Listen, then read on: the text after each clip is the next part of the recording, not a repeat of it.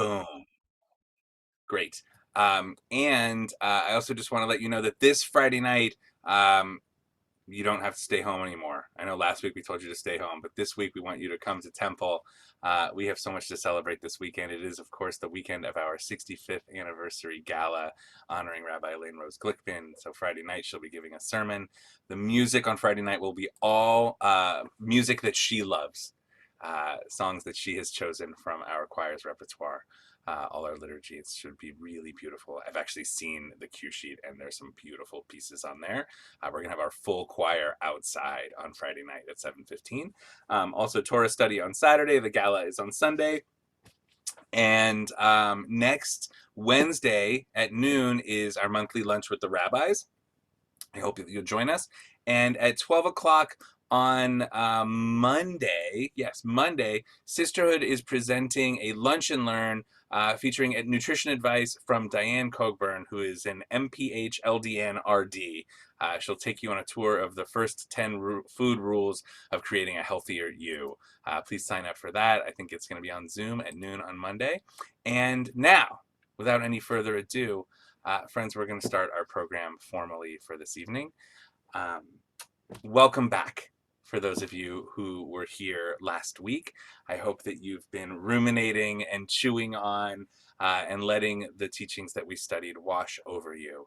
We had some really beautiful lessons that we learned and some history that we learned.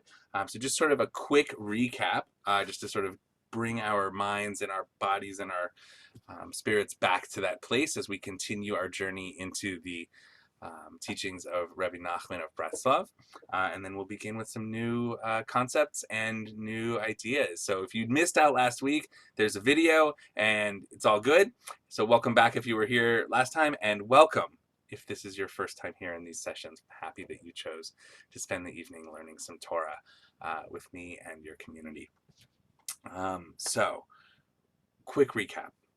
We learned about the history and the life and the family system and the educational background of Rabbi Nachman of Breslov, as he's known, his Hasidic upbringing and the conflict that his ideology, how it was constantly in tension with what we called mitnagdim, Hasidim and mitnagdim were sort of opponents of one another, and yet Rabbi Nachman brought this new vibrancy to Hasidic life, and as the great grandson, of the Baal Shem Tov, he became a famous leader pretty quickly. And what was so beautiful, as I think we learned last week, is it wasn't like his teachings are saying the Mitnagdim were wrong, and it was like he taught for everyone in the way that he sought to be the most useful and fitting for us, that we might get closer to God, that any Jew, any person might find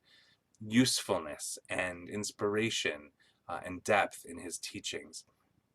And that's a really important piece that I don't know that we concentrated on last time, but I want us to think about more clearly this time. Tonight, we're going to talk a little bit about what it means to be a tzaddik in the eyes of Reb Nachman, and what it means to sort of have fallen, to have hit bottom, to have had struggles, to have known depression, have known pain and grief in one's life, and what that can actually do in the process of uplifting us and connecting us.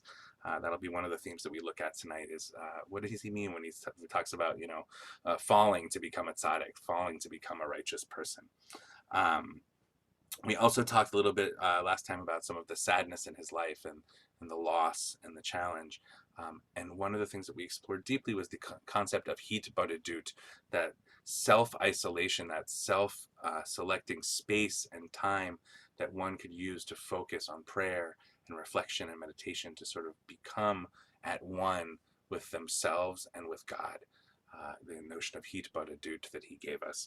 We also spent some time thinking about where one might do hitbodedut, and looked at his relationship with nature, which many of you emailed me this week about how special it was to learn those texts, because you go on daily walks and you didn't think, oh, that could be, and Reb Nachman was like, yes, it can be that sacred, holy space for you. In fact, it should be that space for you. It was really a lovely talk. And then we discussed a little bit about what we call the outpouring of the soul, and the way that we commune with God and the way that we share and spill our guts, if you will, that we let it all out, and how to do that. We looked at that a little bit, and we also watched a video at the end, if you remember, of an Israeli group singing one of his most famous teachings, Kol Ha'olam Kulo Gesher Sar Me'od.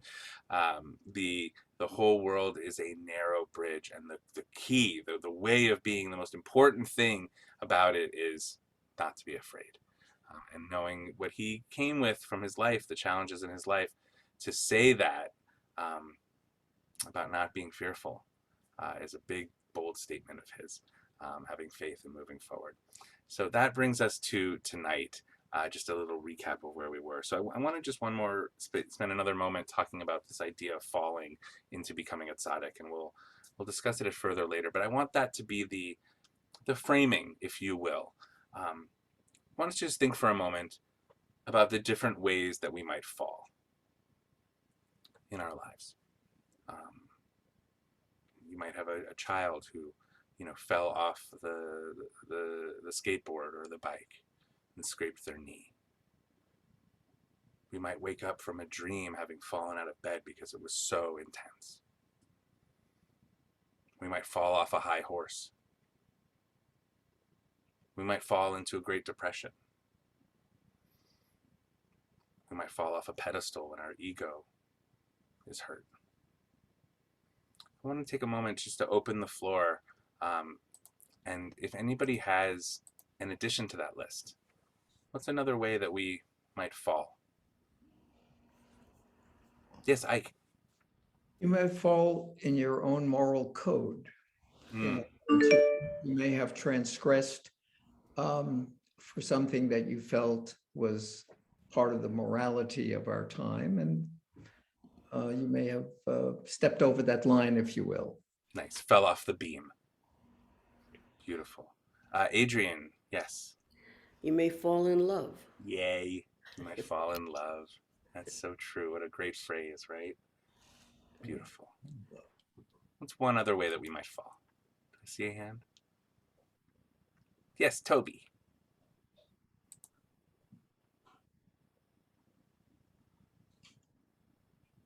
You're still muted. Unmute. Mm-hmm. You may have had your reputation sullied, such that you might have been among the elite or the most popular or the most prominent, and you've done something, and all of a sudden you're nobody. Nice. A fall from grace. A fall from grace. Thank you. Beautiful. Those are fantastic. And Phyllis, I can't deny Phyllis. Yes, Phyllis. One more to add to our list, and then we'll move forward. One of the things that I think about, as you might guess, is stop talking and start listening. And many are guilty of that, including myself at times. And what we don't understand is if we stop listening, someone may have something important to tell us and we're not even paying attention. So falling out of focus, maybe. Nice. Yeah. Falling away from being present in the moment. So one of the things that I encounter constantly when looking at texts from Rebbe Nachman or stories or things that he's inspired is the idea that we all fall and that it's good. We fall in different ways. Some are painful, some are heavy, some are heavy in a different way, like falling in love. But when we fall, Reb Nachman's whole, I don't want to say his whole trip, but like his whole message is that's actually how one becomes better. That we have to hit these bottoms in our life. We have to fall apart a bit. He didn't even say fall apart. That's a good one.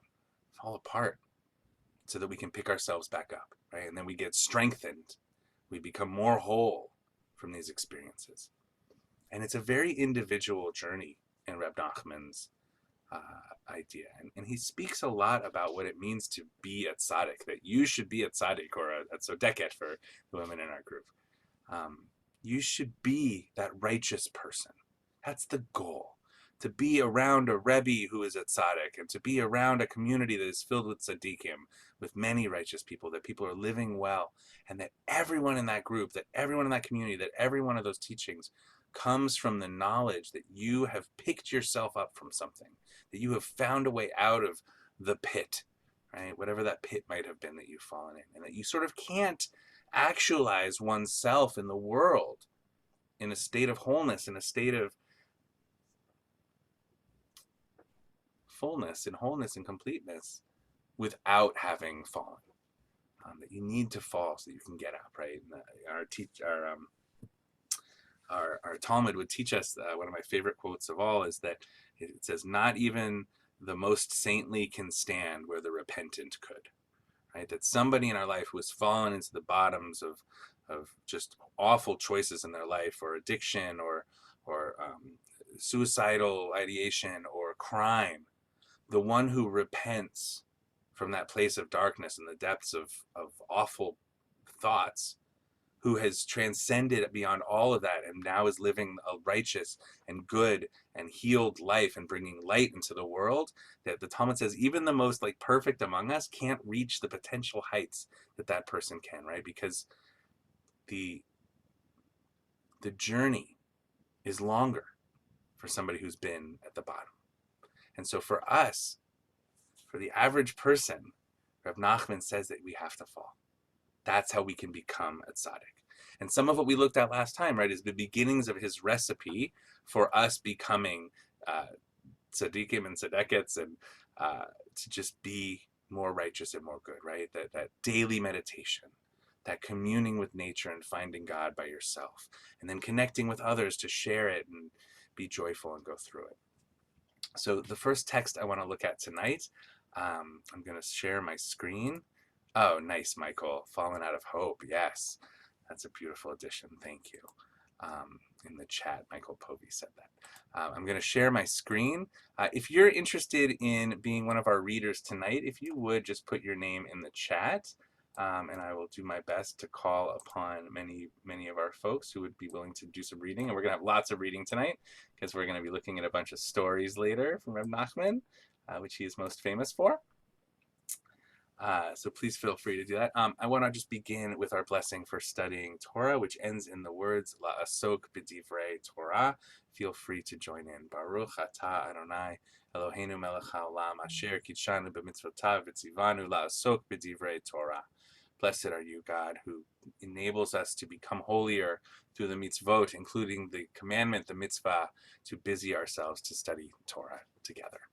Amen. And let us begin. Do we have a reader who might read this first section for us? Diane Arch, I see you. Diane, would you unmute?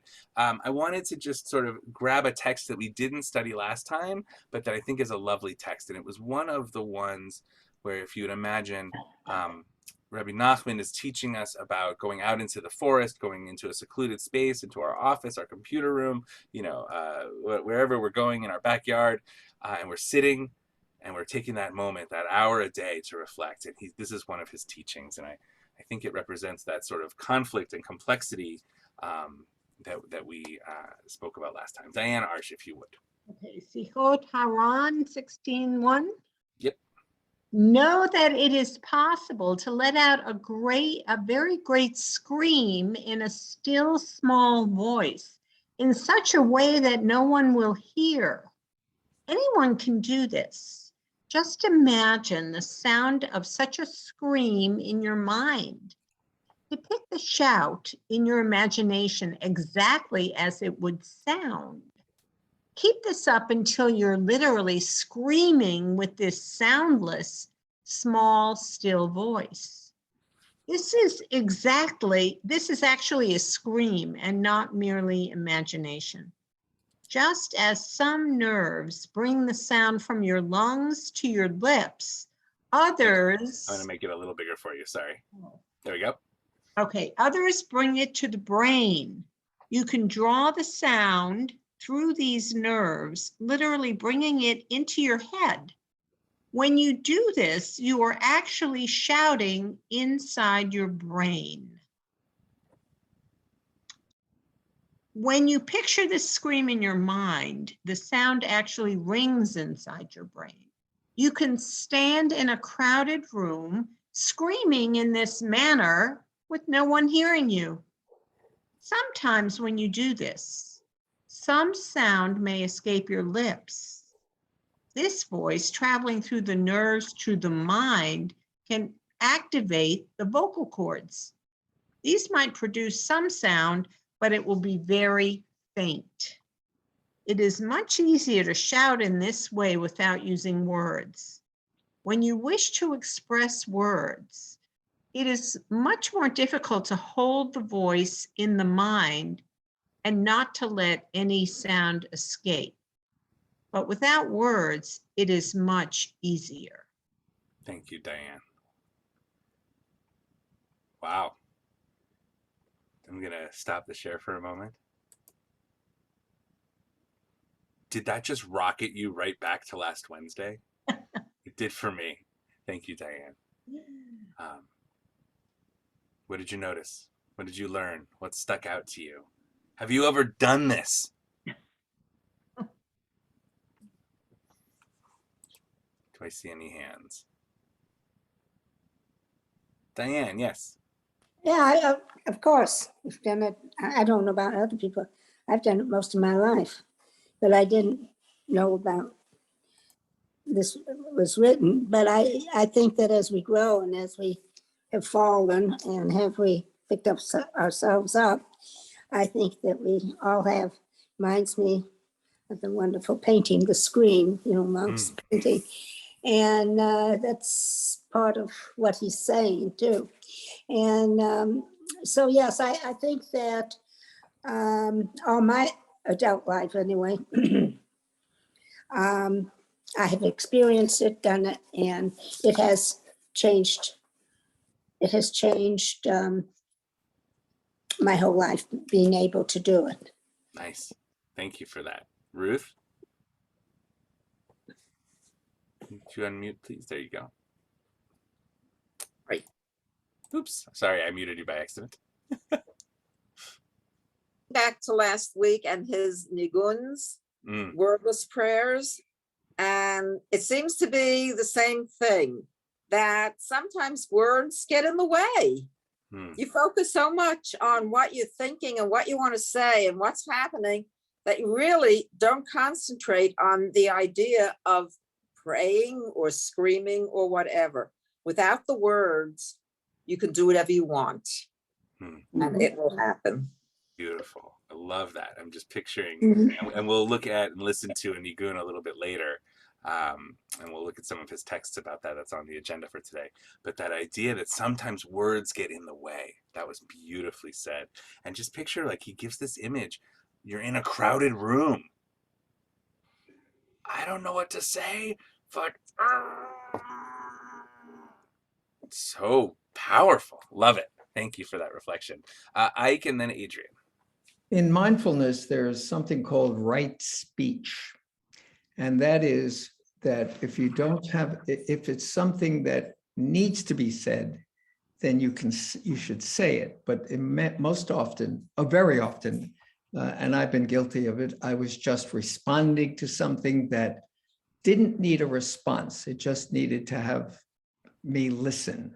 And that's part of what the screaming inside may be, but you then can temper what you're going to say and make it not harmful, not vindictive, and so on. I love that you just made it a little bit holier, right? And I think he gives this great illusion. He references the still small voice, right? That's from our biblical texts, right? The notion of, like, sometimes I hear God in that still small place, the smallest little crevice of my heart. Doesn't God always have to be the thunderous, booming, moving mountains God, that God could be right there.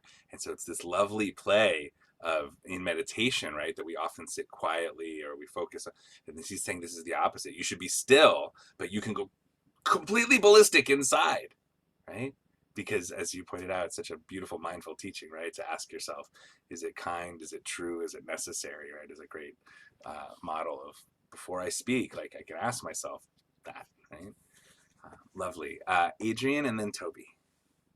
Yes, I've done it, and I think that many people might do this and not even be aware that they do this. There's a contemporary singer, Sarah McLachlan, and Mm-hmm. in one of her songs, one of the lyrics is, "I'm screaming inside, but I can't be heard." Mm. So I think that it's common. I do. But I don't know that, as I said, that it's necessarily brought to the person's awareness. But I bet after listening to that lyric in her song, many people went, "Oh yeah, I do that." I, That's great. To bring that awareness and intentionality to that practice of sort of some, I mean, like as a child, as like I think about my child, like we often say to Jacob, like, please use your inside voice. There's no reason to scream about that. And, I think we're as a society, we're taught not to scream. And I think that's useful and right. But what he's saying, I think, is that like there's a time and a place for it. And that awareness and intention, even how you do it, like if you're keeping it not buried, but like using it inside, it's just a lovely thing. Toby?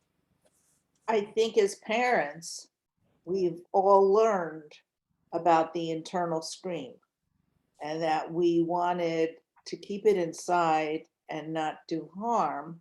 But our frustration sometimes with our children does produce that internal scream.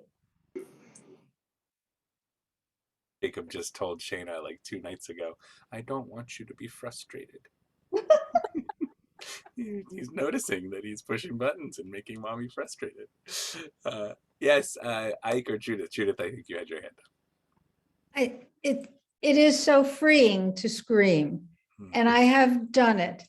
And when I was working with patients who they needed permission, but they also needed to be calmed about the fear that they'd never stop. And so to help people to know that you can let it out and then you can stop. And, we used to do an egg timer or a rubber band just to give it that, just to give it that shape. But he gives the permission to let it happen. And that's what most people, including myself, need to hear. Nice. Really nice. Last comment, Diane. Yes. I have a question. During the 80s and early 90s, there was a great new wave of psychiatric therapy about the scream. Mm-hmm. And this was all over, and we had to learn to scream. We had to learn to talk to each other, but we had to keep it inside. And it was almost the beginning of this, of what you're saying, and what he did about giving permission, but do it quietly. This was just the new therapy of saying you can do it, but you need to get it out also. Mm-hmm. And it was during the early 80s, through the 90s. I can't remember the whole movement, except that it was really about screaming and about not screaming and anger and so forth. Anyway, if anybody can remember what the psychiatrist and the whole theory was, I'd really appreciate it. I'll try to look up in my book, but it was so similar to this because I Primal remember. Scream. Yeah. What? Primal Scream is what it was called. Was it? Oh, that's right. Thank you. I remember it because I did it, and I just wondered. Thank you so much. Thanks, Diane. Thanks, Frank. I think one of the things that I think we all picked up on last week's session was, while many people may have been thinking this and documenting it, I don't think we'd ever sort of seen it Jewishly as clear as we saw it in Rebbe Nachman, 200 plus years ago. And I'm sorry, less than 200 years ago. And how sort of foundational and transformative is for the way for modern psychology and some of the stuff that we engage in. I want to move on to our next topic, which, directly correlates, I think, to all of this, which is, and we mentioned this last time a bit, if this diagnosis was available and if psychology and psychologists were available in the way that they are now, most scholars truly believe that Rebbe Nachman would have been diagnosed with what we call bipolar disorder. That the highs and lows in his life were so extreme. And one of the things that I think is so beautiful about his writings and teachings is he never seemed afraid to share his thoughts or his feelings or what he was experiencing and going through. I mean, of course, he did it with a sense of modesty, with tzniut, with he kept a lot of things close, but he seemed to share with his students in particular just unbelievably deep experiences and thoughts of his. And as we talked about last time, one of his students was kind enough for us to just write everything down. So we really have this insight into a person who, had mental health issues and battled depression and went on, and who could blame him, right? Half of his children died.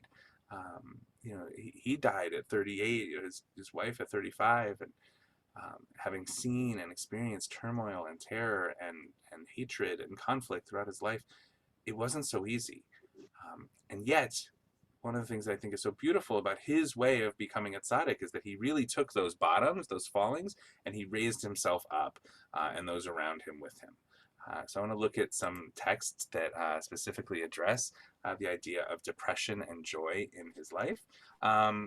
Roberta, would you read the first text here that we have? Yes. Lukatei Moharan, Part 2. It is a great mitzvah to always be happy and to make every effort to determinedly keep depression and gloom at bay. Thank you. That's a big request.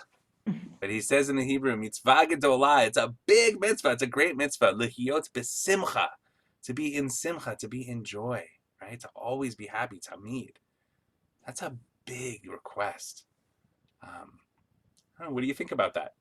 Let's just look at just that text. Ellie, yes, please unmute. So I've had problems with depression, and suicidal depression runs in my family. And at one point I had a near-death experience. It didn't have anything to do with suicide, but it was just, and so after that, anytime that I become depressed and my brain goes to why should I be alive? What I go to is, you fought really hard to stay alive when you had an opportunity to go. And there's something here that you can find joy with. It's time to sing. And so then I go to niguns and other kinds of spiritual prayers and songs.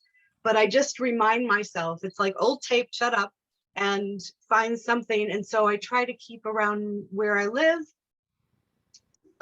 plants that bloom and things that make me happy, that I can connect to, colors that I love, or I talk to people that I have good connections with.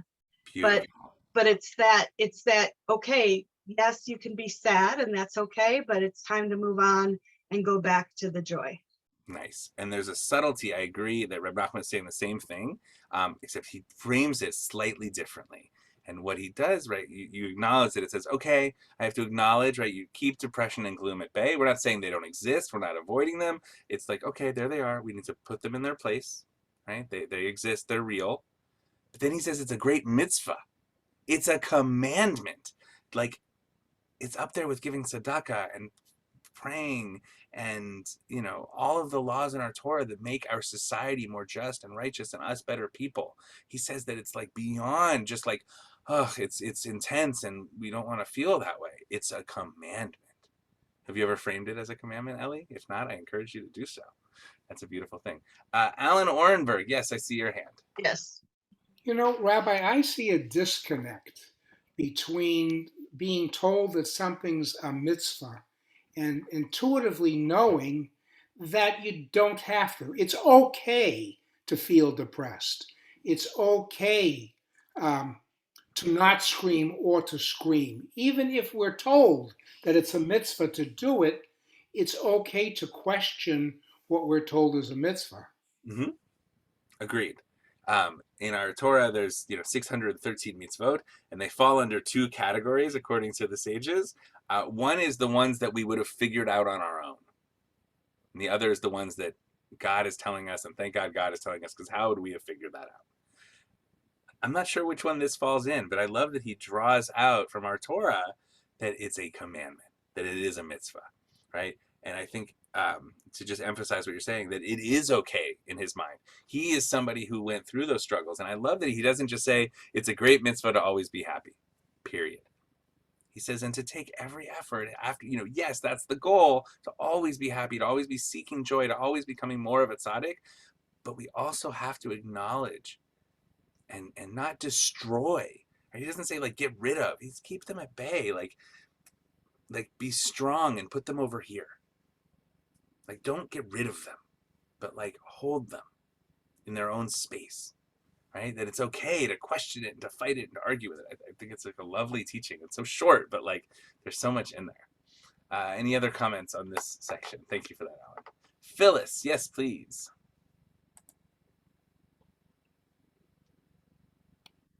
I have a real problem with the word always.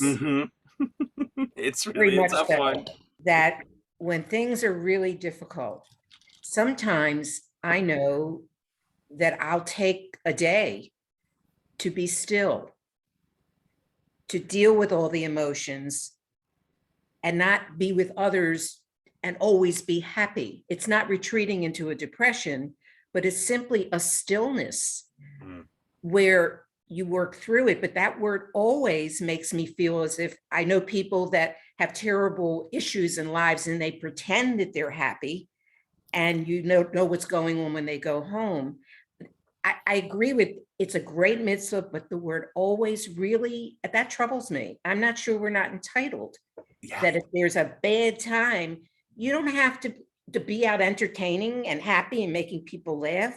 Maybe sometimes you just don't want to or need to. You're not suicidal, but you need to work through what you're going through sometimes by yourself. Amen. I think even though it's not so explicit here, because between the translation and some of the lengthier stuff, I think he agrees with you. I think what he's saying, I too am struck by the word always. Like how am I supposed to always be happy? Let's be real. Oh, really? Without drugs. Learn of a death. Like how am I supposed to be happy, right? What I think he's saying is it's okay to not be, as long as your goal is always to work through it, to never sit in it to the point where it's the only thing, to never allow yourself to go down to that darkness, that place where you get stuck there. That it's like, yeah, there's things in the world that are going to bring us, they're going to push us off the beam, that we're going to fall from, we're going to, of course, right? And sometimes we do that alone, sometimes we do that others, but the goal, I think, is what he's saying. The mitzvah, the thing that we should always be seeking to do and be better at, is to get to that place where we've worked through it and back to happiness. Yeah. But I agree with you. The idea of always, woo, any other one or two more comments on this? Yes, I have a comment. Oh, Adrienne, yes, please. I agree, and yet I don't agree. In that I have to look at the time that he was writing this and what was not available to him was not, and what was not only not available, but didn't even know anything about. And someone who is suffering from a severe clinical depression might well need medication in order to get to this point. So if they were just to read this, you should always be happy and make every effort to determinedly keep depression and gloom at bay. It's not something that they might be able to do without medication help. But, right, I agree with you. And I think Reb Nachman does too. Wouldn't help like taking medication every day, seeing a psychotherapist, wouldn't that be doing everything in your power to keep depression and gloom at bay? Yes. However, it's a continuum of awareness. Of course. And right. So you have to get to this point to be able to understand and believe what you just said. Which is why it doesn't come out of nowhere. Right. I think that's the mitzvah, right? We don't just do mitzvahs once. There's certain mitzvahs we do once a year, or maybe once in a lifetime, like pidyon haben, or circumcision, right? But the rest of the mitzvahs we either do every day or every Shabbat or every month or every year, right? It's a as you said, a continuum. So I agree with you. It's a definitely, there's a learning curve here. Yep. And I love this. I love this text. It's one line, and look at all these like dynamic responses. Fantastic. Carol or Howie, you have the last comment on this text. Then we're going to move forward.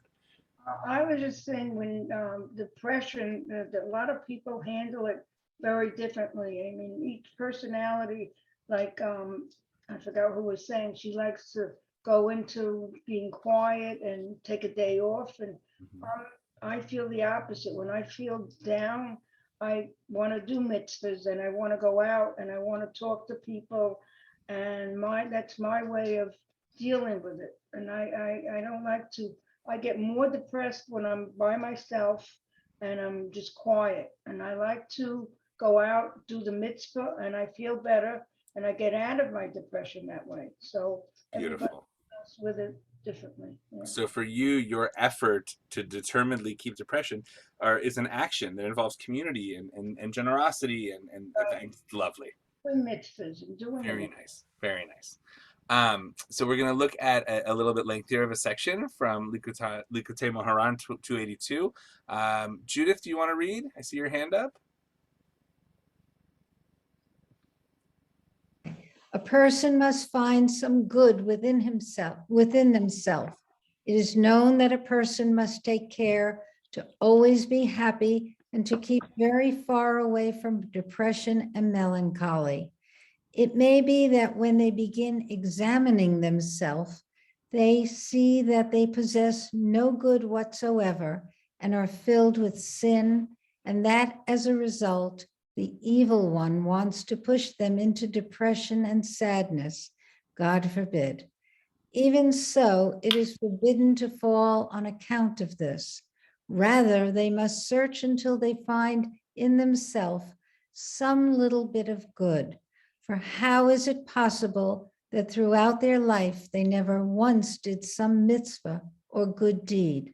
And even if when they begin examining this good thing, they see that it too is filled with flaws and contains no purity, that the mitzvah was comprised of impure motives, external thoughts, and numerous faults, nevertheless, how is it possible that where am I? That this. Right here. I lost it. This mitzvah or holy deed contains not even a little bit of good. For in any case, despite this, there must have been some good point in the mitzvah or good deed that they did. Thus, a person has to search and seek to find in themselves some little bit of good in order to revive themselves and to attain joy. By searching until they find a remaining little bit of good in themselves, they genuinely move from the scale of guilt to the scale of merit and can return to God in repentance. We must judge others favorably, even the wicked, and find in them some good point, and by doing so, move them from the scale of guilt to the scale of merit. The same applies with regard to oneself. A person has to judge themselves favorably and find in themselves some remaining good point in order to give themselves the strength to avoid falling completely, God forbid. On the contrary, they will revive themselves and bring joy to their soul with the little bit of good they find in themselves. Then they must go on searching until they find in themselves yet another good thing. And although this good thing too is mixed with much impurity, still they must extract some good point from there as well. Indeed, they must go on searching and gathering further good points. I heard, Ike, was that you that just exhaled? That was fantastic. Thank you, Judith, for that reading. Wow, what an intense text. Just to name a couple things in it.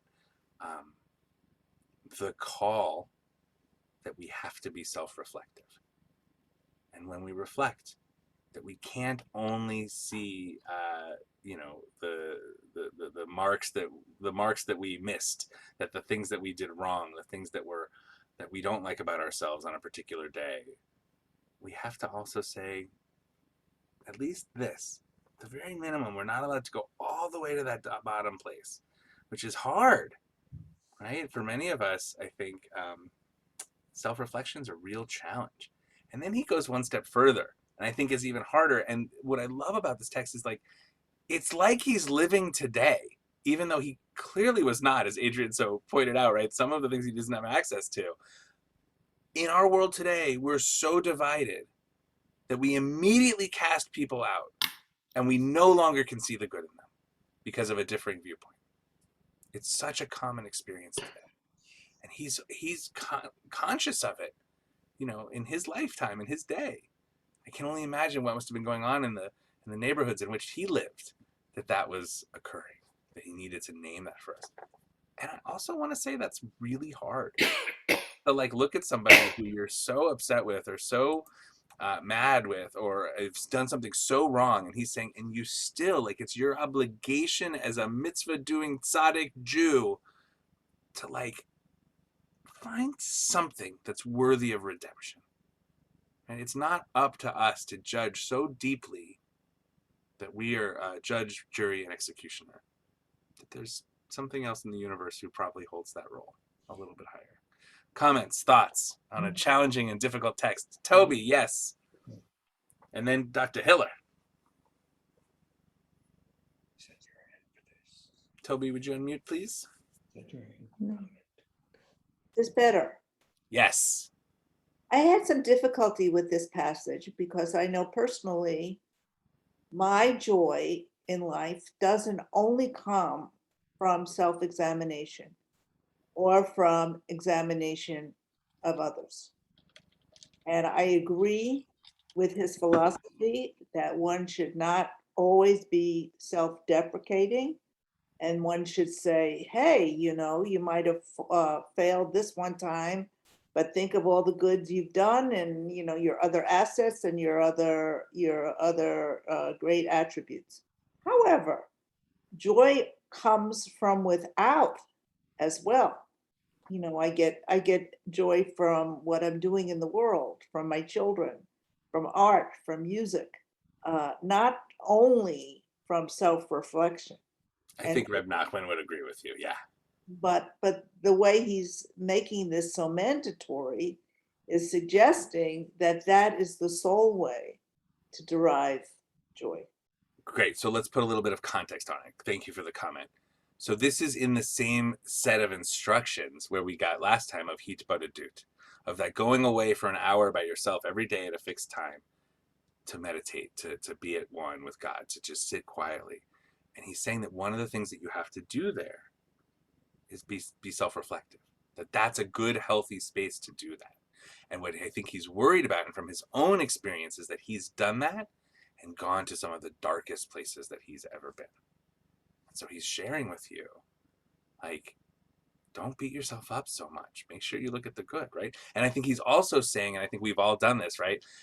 If you've never been in the shower by yourself or the bath by yourself and had an argument with someone who's not in the room, raise your hand.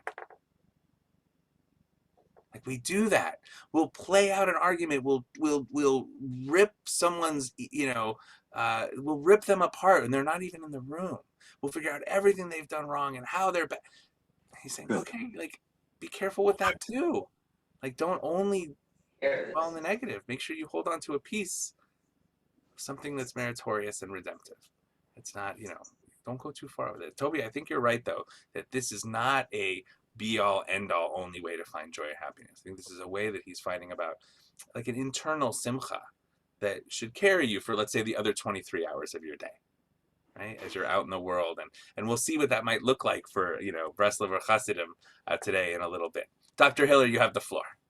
Yeah, I heard one respondent say that when she was in a dark place, she was capable of doing mitzvot. That wouldn't be me, and I have a feeling that most of us, when we're in a dark place, are inhibited from doing good things. for other people. Therefore, we can't do other mitzvot during those periods. Also, I wanted to know, there's one of the passages mentioned the evil one. Great. Who is the evil one? So in this text, great question and great observation, right? That I think one of the things about, as I mentioned earlier, one of the things about Reb Nachman is so lovely is he's so revealing of himself, because I think he's giving us this instruction to us, but because he's the one engaging in it. He's sharing his sort of wisdom, right? This is what I have found. So I think he's self-revealing of how hard it is and how challenging it is and how hard you have to fight. So in this text, he speaks often about two different sort of dark sides of the self or of the world. So in this case, the evil one is the Yetzer Hara, what we call the evil inclination or the not good side of ourselves. If you imagine the devil and the angel on the shoulders, right, it'd be the devil. But it's, Judaism doesn't sort of hold like that, and yet in many ways it does, that we have the Yetzer HaTov and the Yetzer Hara, our inclination to do what is good and right, and then we also have that inclination to be greedy or selfish or arrogant, that like it's in us. So that's what he's referring to in this text. The other side, literally the other side, the Sitra Da'achra, is the other one he speaks about, which is the sort of other side in the universe, not just internally but externally, that like the evil stuff that's out there, the demonic, like we would one could think about it in Star Wars, right? Star Wars, right? The Force gets used for good, and the Force gets used by the dark side. It's the same Force that they're calling upon. So this is the dark side, the Sitra Achra, the other. So yeah, this is, and remember, it's important when studying Reb Nachman to sure, we can personalize it, but also remember, he's a serious Kabbalist. He is on a whole other mystical, this is a guy who goes out into the fields and meditates every day for an hour and sits in front of text and watches the letters fly off the page and reveal different spellings of words using the same letters, and has formulated, as we talked about last time, a magic compilation of psalms that if you say these 10 psalms every day, you're going to be forgiven for anything you've done in your past, right? Like he's on a whole other level with that stuff. So thanks for the question and comment. Frank or Roberta? That was my question, Michael. Thank you. Great. About the evil one. Great. One last comment or question on this text. Barbara Field, yes, please. Okay. Well, I just wrote down a few things because even though he's of a different time, he's so brilliant, because when he says we must be self-reflective and not only see the bad, we have to see the good. He's also saying that when we see in ourselves the one good thing, it leads to another and another. He sees that pattern, like in psychology now, we get the all or nothing thinking or whatever. And the second thing is when he says, keep depression away, our minds, you and I have even discussed this, naturally go to that dark side, that negativity. We're built that way. And so when we reflect, he's saying we have to see those joys, those good things, and not once again have that all or nothing thinking where we go down that sinkhole. Mm-hmm. And then lastly, always this idea of the positives, he's saying keep it in balance, I think. But for me, it's also, I just wrote an article today for Very Well Mind about optimism and how optimists live longer. And so he's saying the positives of seeing these good things.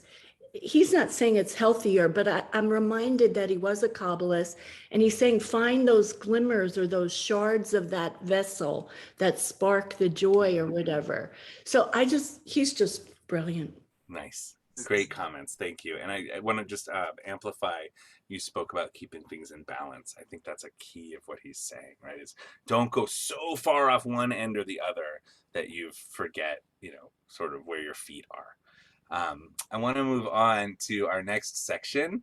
What we just looked at was, I think, one way that Reb Nachman sort of deals with life, because it's not always easy. And I want to share with you another way that he's very passionate about. We spoke a little bit about music last time in the Nigun.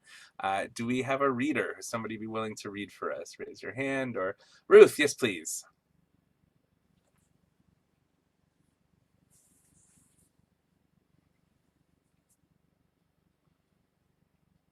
You're muted still.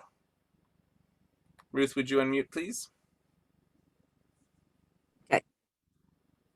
A holy melody has the power to bring one to the level of prophecy. Music is the foundation of true attachment to God. Woo! Yeah. Wow. Should I keep going? Let's pause there for a moment. Let's just hear the music of that phrase. A holy melody has the power to bring one, meaning you or me, to the level of prophecy, right? To the direct communication between God and the prophets, right? The prophets that would spill the words from the heavens onto the people. That music has that power to connect one, right? It can be the connector between God and you. It's the foundation of true attachment. Right? I think for many of us, we often feel like God is something disconnected to us. And yet there's that moment, right? Like I often think about, in my own career, in my own life, there's nothing as amazing that I've ever experienced in life. Well, might be a bit of exaggeration, but something incredible that I've experienced. Sitting at a concert, in an arena filled with, 25,000 people, and the band is playing that song that everybody loves and is singing along to, that's magic. That's a whole other level of spiritual consciousness if you allow that to be experienced. Like I'm just picturing like Neil Diamond singing Sweet Caroline. I mean, how it's an undeniable communal incredible moment that can be seen as holy. Like it's really special. And he articulates it that it is holy, right? It's this level of prophecy. It's something really incredible. I mean, he's speaking about holy melodies, and so he's talking about, a tune with a prayer or a nigun in particular for him, a holy melody, right? Not even words, but beautiful, beautiful, beautiful. I like that Frank is giving it a thumbs up. Let's take another comment or question. Anybody have anything to add? Looking for hands. I see Marlies did, but she has left the room. Adrian, yes, please. When I hear a particular melody, secular song or not, and it's one that moves me, I feel it internally. Mm-hmm. Oh, yeah. It's hard to describe, but there's something that vibrates within me, and I know that my connection to that song is different, and it does feel holy. Nice. It's great. Frank or Roberta? Hi, it's Roberta. And then Emily. Hi. Yes. I was introduced to Leonard Cohen later in life, probably around 2009 when I first met Frank. And that his concert his music did that to me, but his concert, we attended one in Boston, I think 2012. Mm-hmm. And and every time I listen to Hallelujah, it does it to me. Mm-hmm. I mean, that is one that I can always depend on going to the high holiday services, especially Yom Kippur. It does it to me as well. I love the image you just shared about the concert because it's like we all just went there. We all just time traveled back to that show. Right. And that's something really powerful. Emily and then Rita. I would also I was thinking particularly of Leonard Cohen's Hallelujah. Now, I've been involved with music since I was about 6 or 7 years old, maybe younger than that. There are people that get the same feeling with art. Mm-hmm. There are people that get the same feeling from being in a group and having wonderful participation with that. For everyone, it isn't music. Mm-hmm. It's what moves them. It's what they want to find when they have a need to do something like that. Sometimes in the evenings when I'm by myself, which is a good portion of this year since I live alone, I'll go to YouTube and I'll just go wandering about with my fingers until I find something. This is special. Yeah. This moves me. Nice. But it isn't the same for every Oh, person. of course not. It could be athletics. Yeah. It could be art. It could be many, many different things. Well And I said. love to sing music. I love to come. The best part of the service for me is the music, because that's what I learned young. And I didn't learn Hebrew, but I've learned to sing in it. Beautiful.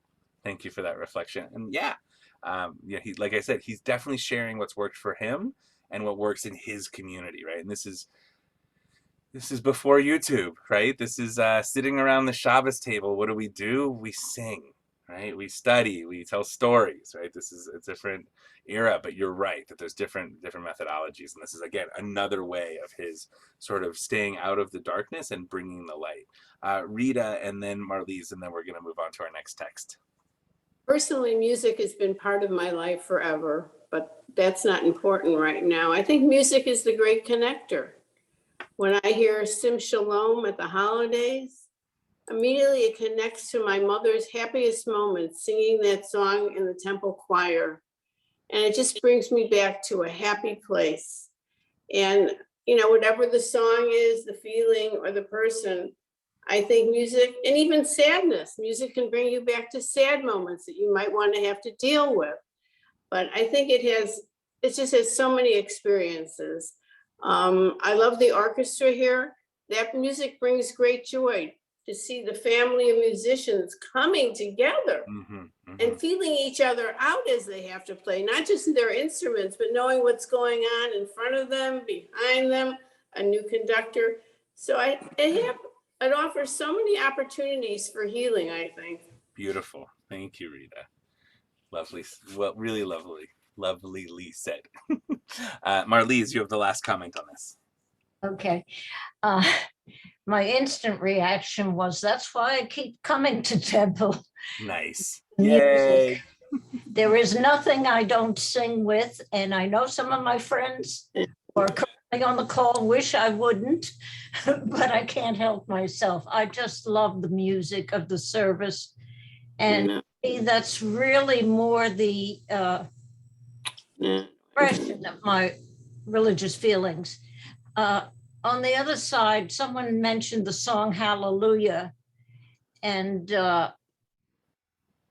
I've had a problem with that because the words in the English translation are, to me, gross, and that shouldn't be a temple music, but I'm not sure if in the Hebrew it's the same way because I can't, translate the Hebrew. But that's really bothered me because I like the song, but I don't like what it says. Thank you, Marlise. Maybe we'll do a session. We'll look at the various verses and versions of Hallelujah as we go forward. So friends, I'm going to share the screen again. Looking for a reader, please. Who would read for us? Let me see a hand. Ellie, would you please read the top quote, the top text? It's good for a person to accustom themselves to reviving themselves with a nigun, because nigun is a powerful and mighty tool, and it has the great strength to waken a person and point his heart towards the blessed name. And even one who doesn't know how to play music or sing out loud can sing to themselves, and through that revive themselves. For a lift of a nigun cannot be measured. Thank you. I'm going to leave that on the screen for just a second. A nigun, as we mentioned last time, is a wordless melody. And he calls it a powerful and mighty tool. Yeah, I've actually, for myself, I've actually had it take me up to an incredible spiritual place where it seems like I dissolve and I'm one with creation. Beautiful. I think that's one of the things that he's speaking about, is that it's this great equalizer for us. So friends, what I actually want to do at this time, give me 1 second, is I want to share with you what is called Rebbe Breslov, right? Rebbe Nachman's Nigun. I'm hoping that in about a moment you're going to hear the sound. Will someone give me a thumbs up if you hear the sound?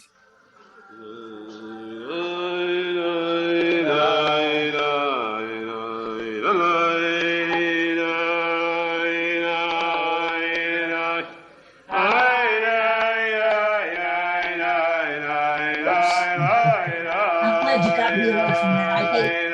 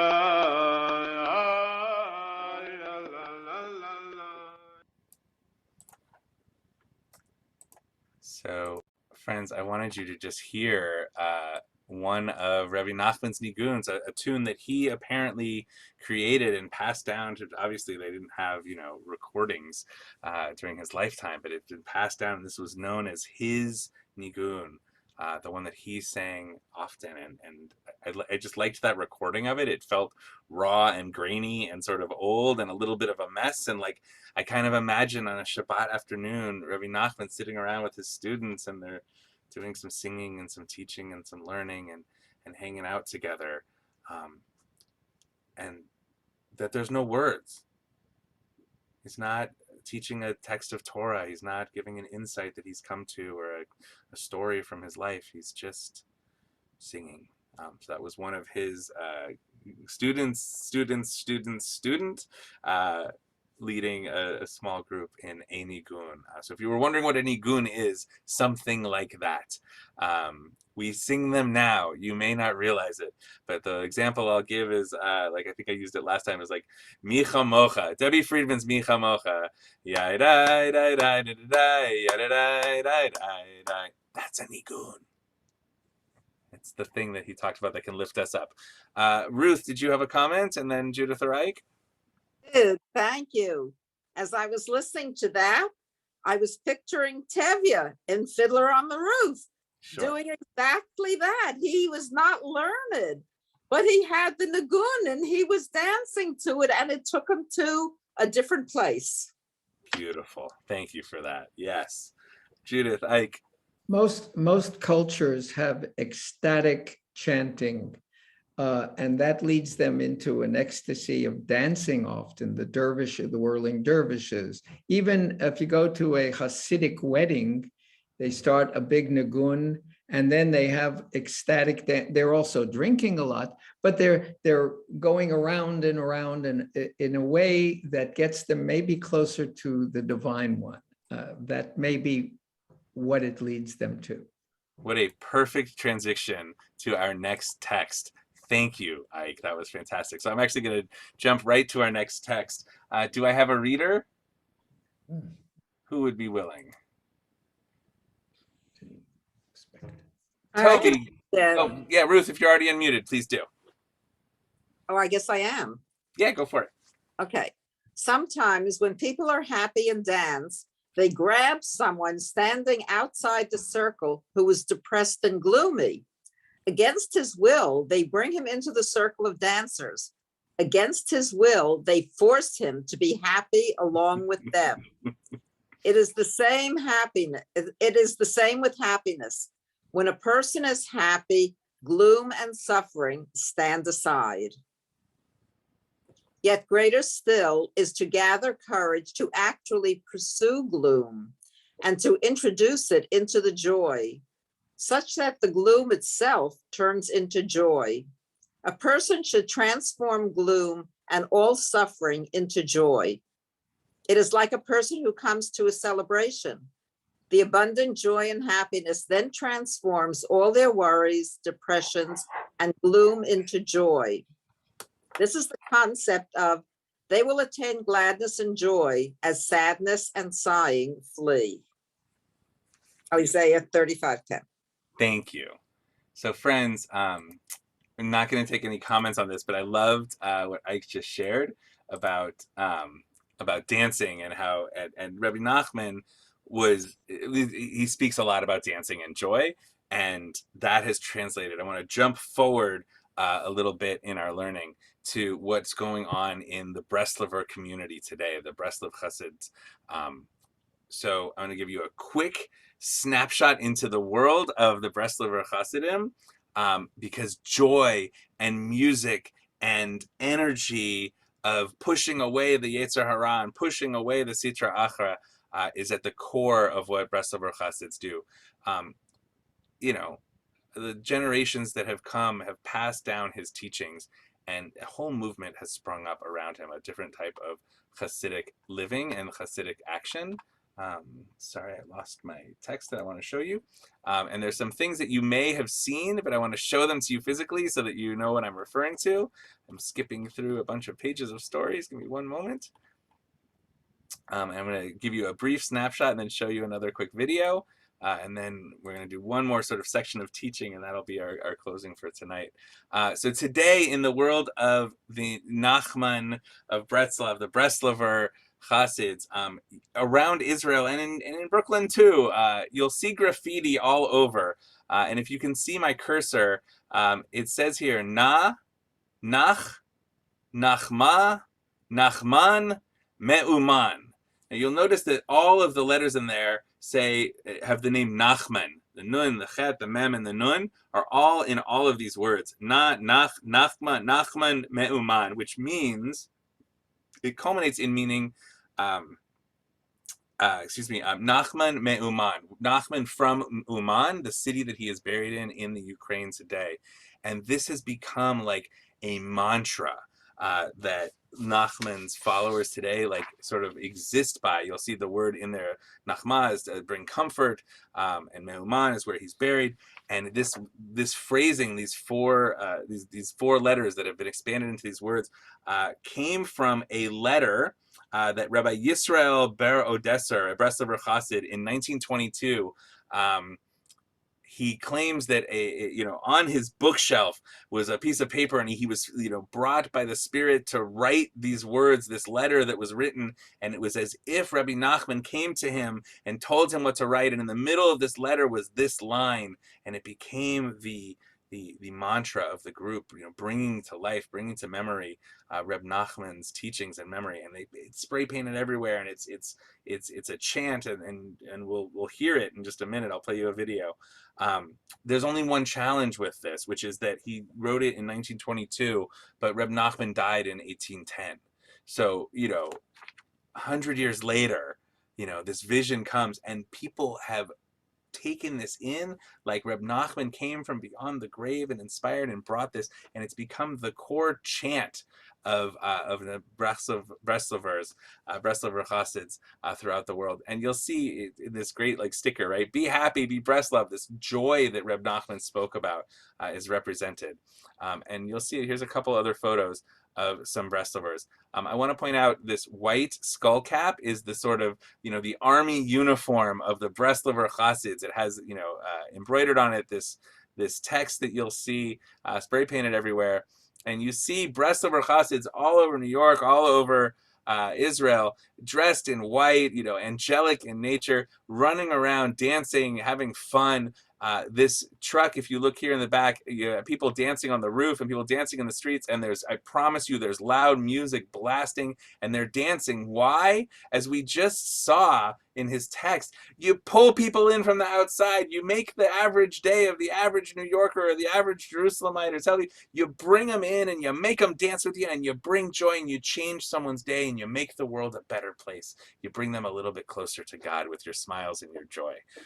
And this has taken on a massive movement around the world. There's lots of people who really find just joy and goodness in Breslov and in this type of Hasidism. And it's become popular, and I want to share with you one other image that I think is useful to understand how popular it's become. And then we're going to watch a little video so you can sort of see it in action. No, Adrian, not only joy for men. Hasidism has lots of joy for women too. But yes, in a traditional community, we mostly just see the men out singing and dancing. That's a conversation for another Torah study. But here you go. You want some women? So here you go. So if you look at this fantastic Instagram post that got like 2 million likes, I'm going to zoom in kind of close. It says here, Breslov instead of Breslov, right? It's a play on words. The journey to a blessed heart. Sitting in a quiet and comfortable place, you hold an amulet in your hand, close your eyes, clear your mind, center your thoughts, focus on your wishes and aspirations, and you chant, Na, Nach, Nachman, Nachman, Me'uman, either silently or loudly for 15 minutes, and watch your miracle unfold. This is a Jackie Aish piece, right? It comes with this bag. Here's this special amulet. And who shared this on their Facebook page, or their Instagram? Kim Kardashian, friends.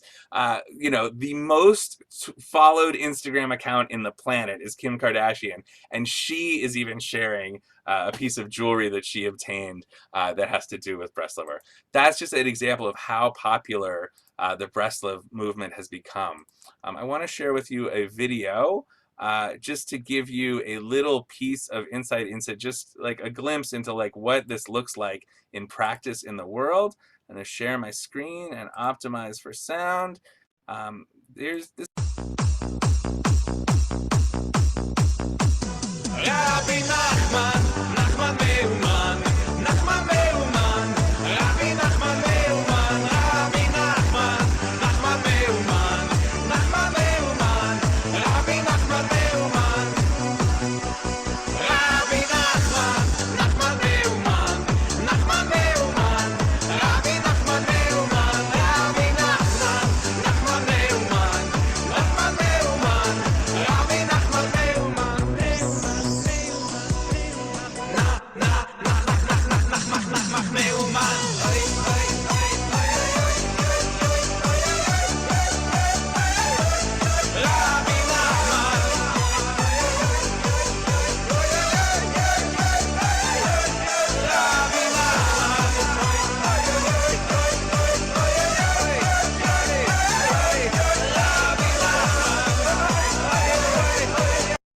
So that's just fun, some stuff that you see going on around the world. But I wanted to share with you one other piece of info about what's happening in the world of Nachman, and then I'm going to show you another video to close and give you a little bit of teaching about that. If you'll stay another 7 minutes, 8 minutes with me, and if you have to go, you have permission, of course. His followers make pilgrimage every year, many of them, to Uman. You saw in that last video that it said that the whole lyrics to the song were, you know, Na Na Nachman Nachman Me'uman, Rebbe Nachman, right? They're just calling it out over and over again. And Uman in the Ukraine, they make pilgrimage there twice a year, usually on the date of his, 3 times a year. His birthday is a pilgrimage day. His death date is a pilgrimage day. His yard site, as well as Rosh Hashanah. Here's a little video clip from Rosh Hashanah a few years ago. That's a lot of people dancing in joy, friends. It's Uman Rosh Hashanah.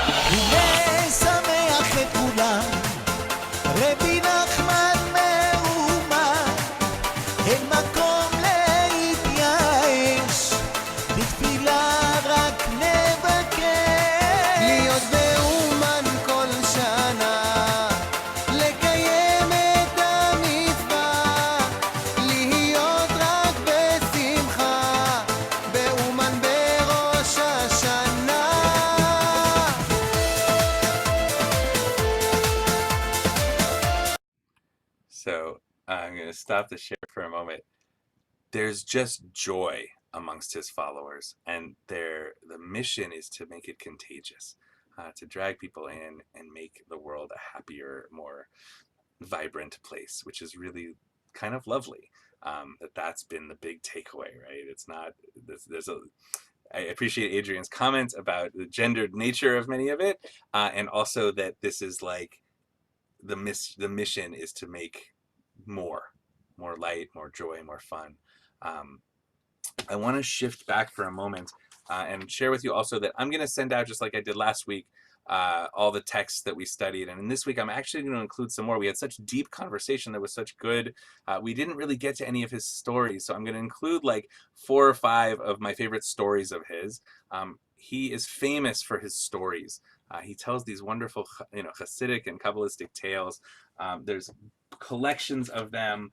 One of my favorites is The 7 Beggars. It's a lengthier one, so we definitely weren't going to look at it here. This book, translated by Aryeh Kaplan, Jewish Lights Publishing, is a great collection. Classic Hasidic Tales is a book that's filled with just his and the Baal Shem Tov's teachings. Aidan Steinsaltz has a collection of the tales of Rebbe Nachman. Jewish Western Spirituality Classics has one. There's tons. I also want to recommend 2 other books by him, or about him. One is called The Tormented Master, and if you're interested in any of these, just send me an email and let me know. The Tormented Master is Rabbi Art Green wrote like a biography of this fascinating character, and throughout it is just filled with teachings. This is a spectacular book, and this book I've also found personally wonderful. It's just called Advice, and it's about 45 different categories of categories that Rebbe Nachman, and it's the who was the translator? Avraham Greenbaum just brought advice that Rebbe Nachman gave and categorized it for us. There's also these littler books that Breslovers like carry around that have teachings of Rebbe Nachman. There's so much stuff out there. He's fantastic. But so I want to send you all some of his stories, short stories, 5 paragraphs to 25 paragraphs that are wonderful. But I want to revisit one concept. And again, if you need to leave, please, thank you for coming. This has been super fun. We've been running a little bit long tonight, which is always, there's just good Torah to learn. I want to share with you, sorry, let me pull this back up. One concept, and then last week I mentioned something that my mom shared with me recently, that Rabbi Mimi shared, that I just was blown away. It was like the coolest 2 minutes I've spent in a while. But to get it, we need to do a little bit of learning together on it. So one of the concepts that we spoke about earlier was falling, right? We mentioned this idea of falling to become a tzaddik. So I want to find my text that I want to share with you. There we go. Falling towards righteousness. There we are. So I'm going to quickly walk you through this text and then share with you this amazing video and tell you the story behind it. So one of the things that I think that Rebbe Nachman understood at a very high level was this idea of falling to become a tzaddik, these bottoms in our life, the challenges that we face that his seem, so extreme in many ways, and yet we all have our own. And he has this beautiful teaching in Likutei Maharan where he says, know that every person is only given obstacles according to their strength, according to what they can bear and overcome. That, God may challenge us, or we may have struggles, or things may come our way that we can't feel like we can't handle. And his mentality is there's always a way to, to grow, to learn, to raise up from that place of bottom. And the biblical text that he constantly goes back to very often is this very simple line. I found it in like 4 places just in my preparation for these sessions. Ki sheva yipol tzaddik v'kam. In the book of Proverbs, it says that a righteous person, a tzaddik, falls down 7 times and gets up. That not once, not twice, but 7 times in our lives we have major falls, major moments of ego deflation, or the painful crush of a love that didn't manifest, or some sort of sadness or challenge or illness or something, that we fall 7 times, and that the tzaddiks among us, the ones that we should all strive to be, get up 7 times. And there's a beautiful midrash that says, if you look down below and from Mishlei, The fools think that it meant that even though the tzaddik falls 7 times, like, even though it happens, nevertheless he got up. But the wise ones, the chachamim amongst us, know well that the nature of a tzaddik's rise is only through those 7 falls do we actually ascend in who we are. It's a beautiful teaching, a really just lovely concept. So my mom and I were talking about Reb Nachman, and she sent me, she got all excited. And so anytime she came across anything in the last few weeks, as I was preparing for this class, she would send me something. Many of you know Rabbi Mimi. And she sent me this video, and it knocked me off my sock, just like knocked me out of my shoes. There's an organization called Ohala. And Ohala is a group of rabbis and Jewish leaders who are passionate about renewing and reviving Jewish life. And every year there's a conference, and they come together and they study and they learn and they sing, and it's a chance to be amongst colleagues. And a couple of years ago at their conference, one of the big focuses was the teachings of Rebbe Nachman. And in this group, there was a performance art piece, like sort of in honor of and dedicated to Reb Nachman and his teachings and what this teacher learned from him. And as we said, right, the true tzaddik, when they fall 7 times, they get up again. And that's like the core, not just get up again, but get up and get better and grow and develop and become whole through these moments of falling into righteousness. So I want to share with you this video because it was just too unbelievably fantastic. Here we are. Let me make it full screen. And just hold on to that verse that we just read. Ki pol tzaddik, and they follow the chum, that a true tzaddik falls 7 times and gets up and rises up. And just drink this in, friends.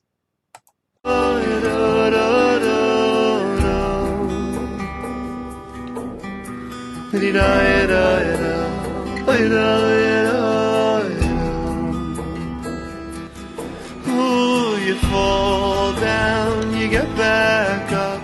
You fall down, you get back up. Sheva yipoy letzavavati. You fall down, you get back up. You fall down, you get back up. Sheva yipoy letzavavati.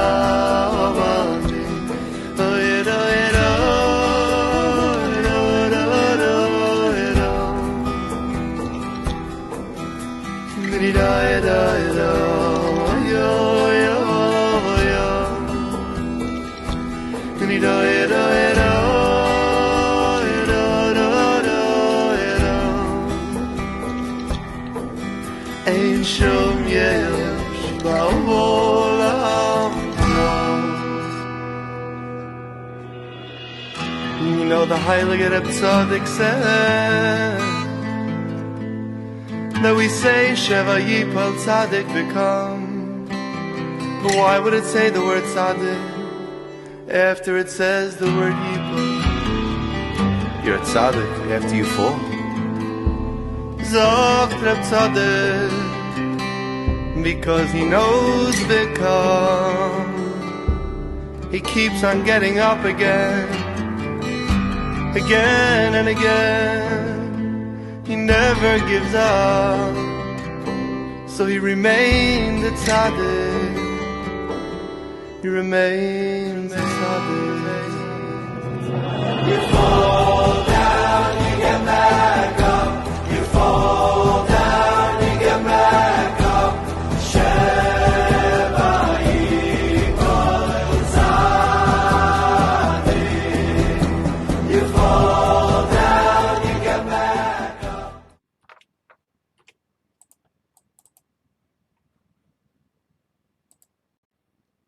Wow. Just wow. Wow, wow. To picture as you saw at in the end, there's this group, and here we are in this public space, but sort of also doing hitbodedut, right, out in nature, and this inspirational. We see like all of the pieces of Reb Nachman, right, the difficulty that life is, and yet the expression, the art, the music, the song, the falling down, the getting up, the expression and emotion from the dancer was like, oh.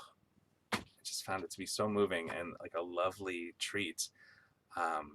So it is 8:38. So we're definitely hanging out. If anybody wants to talk more or study more or hear a story, I've got time. But I want to just say first thanks to everybody for coming, and I hope to see you again very soon.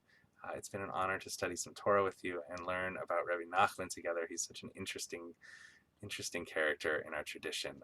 So if you need to leave, or you just, that pint of ice cream is calling, it's been wonderful, but we're also going to open the floor for comments and questions and reflections. Tell me, Mom, thank you. I will, Mona.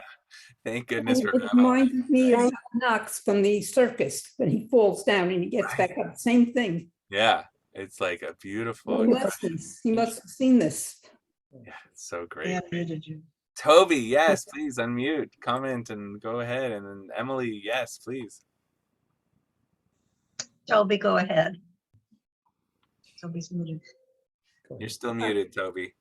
In the moment in between, let me thank all of you for being here tonight and staying, because this was so exciting and interesting and energizing. And thanks for your comments. And of course, thank you, Rabbi Shefrin. It's my honor. As always, you never disappoint. So thank you and we'll look forward to your next program. I echo what Judith said. It was wonderful. I think you exceeded yourself from last week, so thank you for that. I have two thoughts. One, Rabbi Nachman reminds me of Socrates, that man has to suffer to be wise, and that's what the falling down means to me. And secondly, any relationship between the seven brachas at a wedding and the 7 times falling down? Not directly that I'm aware of, but we, in Judaism, 7 is such a complete number, right? I think it would make sense that the quote in Proverbs doesn't say, we fall down 4 times, or we're not like a cat that we have 9 lives, but that 7 is like a real complete number. 7 days of creation, the Sheva Brachot, lots of 7s in our tradition. I think you're onto something. I think that the Sheva Brachot also represent something complete. They recreate the garden and recreate Adam and Eve and all of those delightful moments in our tradition. So thanks for that. And I love the Socrates reference, right? I don't think that all of the things that Reb Nachman brings are like uniquely his. He's not the only one to ever thought of them, but the way he brings them has such a flavor to it. And it's pretty spectacular. Yes, Emily. Speaking of falling, it reminds me of a time in my life when there were very young children. When a child is learning to stand and to walk, they go through the period that I used to call the glass hut. They thought they would break apart if they had to fall. And yet there are many falls before they are steady, and they go from not standing to walking. And our children, as they go into school and they learn to read and they learn to calculate, the look on their face when it makes sense to them is beautiful. Mm-hmm. And I think the falls that occur in childhood are nature, and they're natural. And the falls that we have in our life as we confront the things that we must learn are there also. And perhaps we need to learn to fall a little easy. Amen. Amen. Beautifully. Beautiful. Ike, and then Roberta or Frank. I think I may have mentioned this last time, but the Buddha lived in the 5th century BC, and he recognized that the way we attain joy is to work through our suffering and recognizing the world's suffering. And that is partly what Reb Nachman is teaching us. To get through our suffering, we can attain joy. The other thing about falling down, many corporate leaders have said that they learned more, not from their ascendancy, but from their falls, from the mistakes they made, from the whatever they may have been fired from a job and that they worked it out, or they went bankrupt and came back. So this is just another example of falling. Thank you. Like- Thank you. Wonderful. It's like Steve Jobs in Apple. That's a great thing. I mean, he's noted for that. And Thanks, Diane. I had called on Roberta and Frank. Thanks, Diane. It's Roberta.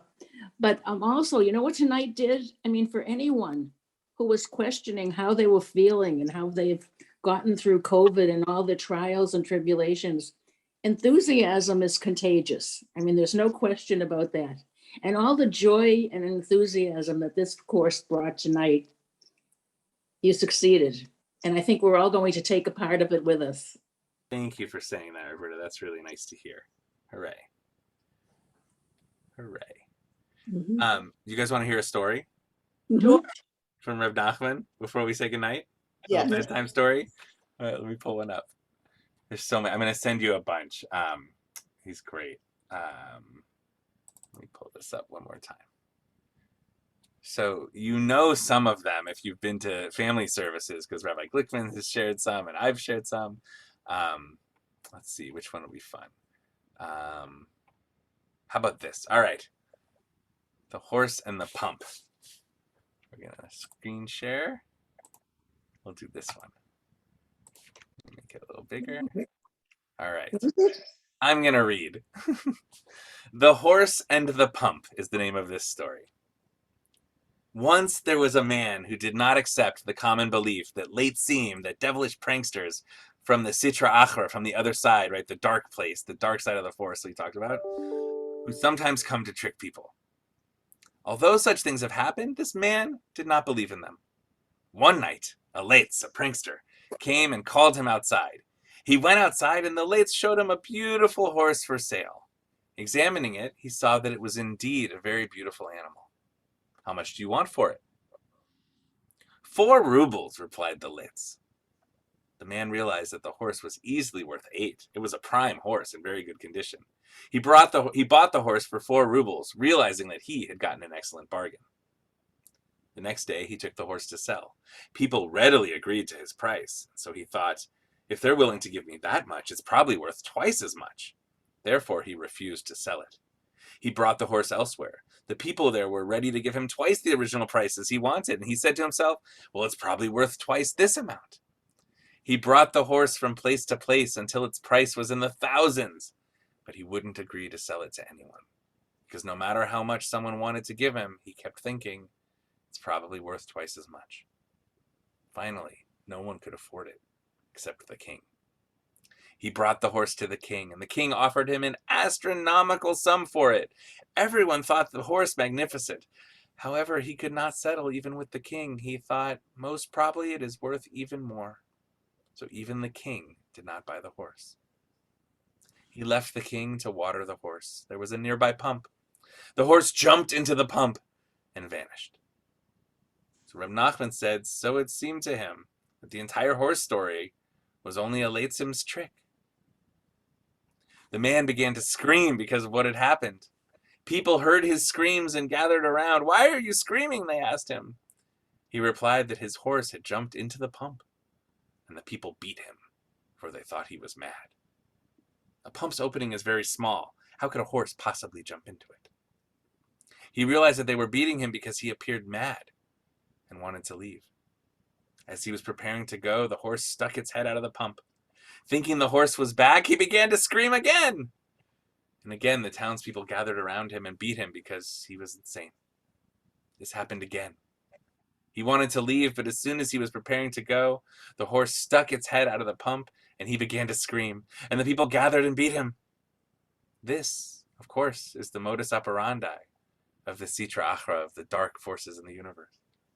It fools a person time and again with nothing, with absolute lies that have no basis. The person is seduced by it and follows it. Each time he thinks he will gain more and have more satisfaction. He pursues his desire over many periods of life, and suddenly they vanish. His desires flee and escape from him. Sometimes the desires recede somewhat. A person may decide to completely separate himself from them, but then they stick out their head again, and again he pursues them, and the cycle repeats itself over and over. It's good learning. Tons of them. Tons of stories. You probably know the one about the turkey prince, or as Rabbi Glickman tells it, the boy who thought he was a chicken. It's a good one. Or the treasure that's, he thinks is buried under a bridge in Vienna in a different story, and it turns out it's buried right in his own home. Yeah, that one, you told that. Yeah, Rabbi Glickman told that I one a while remember. ago. That's a good one, and that's not Reb Nachman. I'll send you, 5 or 6 Okay, stories they're good. about. It's been so fun to learn with everybody. Sandy, you look like you want to say something, but you're going to need to unmute. You're still muted, dear one. You're just blowing kisses. I like kisses. Any other comments or thoughts before we say goodnight? Thank you. Thank you. Yes, Thank thank you. you. Yes. Yes, Thank you. Esther. You're muted. Esther, you're muted. Okay, I'm sorry I had to leave a little bit because I had a call from my son. But when I was in Uman on an elder hostel itinerary of Jewish sites of Ukraine and Russia, we went to the grave, and on the way we saw bus loads of followers, Hasidim, coming from the airport in Kiev. They call it Kiev now, but it used to be called Kiev. Bus loads. It was like bus after bus after bus. It was unbelievable, and you could tell they were, the way they were dressed. In the windows you could see that these were all the followers of. They were making pilgrimage to go Breslov. dance and have fun and pray by their teacher. Yeah, Right. It's really Right, powerful. and they overrun the city of Uman, and they don't know what's going on. They're hit with all these people. So anyway, it was very interesting. I mean, we didn't really know much about Nachman, but we found out. Very interesting character, and people have gone, from all over the world. They come. And his birthday is a day of celebration, his yahrzeit date, and on Rosh Hashanah in particular, he would say, he had a teaching about something along the lines that everything that you need to know and experience and feel and find, it all happens, in his Rosh Hashanah. So like Erev Rosh Hashanah, before people would go and gather and sing and dance and talk about Rosh Hashanah and Uman with the Rebbe, with Reb Nachman. And I do have to say the buses were filled just with men and boys. Of course. I didn't see any women, to tell you the truth. You wouldn't. I would imagine that if there is a mechitza and a small space for women, it's not so populated. The journey from Brooklyn or Israel to Uman is not, not heavily populated with women. It's true, but there are women that are definitely Breslovers, for sure. There are households and kids being raised, and lots of joy, lots of generosity in those worlds. So, really, yeah, it was very nice. Very nice. Good. This has been a lot of fun, and I feel like we covered like 20 weeks of Rebbe Nachman in like 3 hours, so it's great. Thanks everybody for coming. I wish you well, peace, and lots of joy. I hope you'll reflect on what we've studied and learned, and when I send out the text, read the stories. They're so fun. They're like out there and interesting and lovely, and lots of good moral lessons to take from them. And thanks to Judith as well. Thank you. Thank you, Judith, for your leadership. Thanks, Rabbi Sheffrin. It was great, as usual. Thanks, Fiddy. Bye-bye. Bye-bye. Good night, everybody. Bye-bye, everybody. Bye-bye. Thank you. Good night, everybody.